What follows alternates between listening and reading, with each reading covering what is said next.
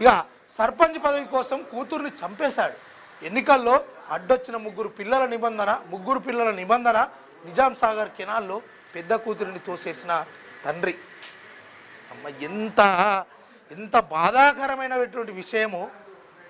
After all 5 సంవత్సరాల పదవి కోసం, గెలుస్తామో ఓడమో తెలియని పదవి కోసం, ఓడతామో తెలియని పదవి కోసము కన్న కూతుర్ని చంపేసినటువంటి ఈ దుర్మార్గుడు, ఈ వేస్ట్ ఫెలోగాడు, వీనికి ఎంతవరకు అసలు ఏ శిక్ష చేస్తారు, వీడిని ఏం చేస్తారు అనేది ఒకసారి ఈ ప్రజాస్వామ్యంలో ఉన్నటువంటి ప్రజలు, అదేవిధంగా ఏది పోలీస్ వ్యవస్థ, వీళ్ళందరూ ఒకసారి చూసుకోవాలి. ఎందుకంటే పదవి కోసము అసలు ముగ్గురు పిల్లల నిబంధన ఉంటే ఏంది, పోతే ఏంది, నీకు ఎందుకు రాబాయి?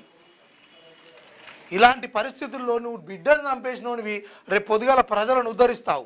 రాజకీయాల్లోకి ఇలాంటి వాడు వస్తే గిట్లుంది పరిస్థితి. పదవుల కోసం ఎంతటి నీచానికైనా దిగజారేటువంటి నాయకులు ఉన్నారు, అలాంటి వాళ్ళు తయారవుతున్నారు. ఈ పరిస్థితి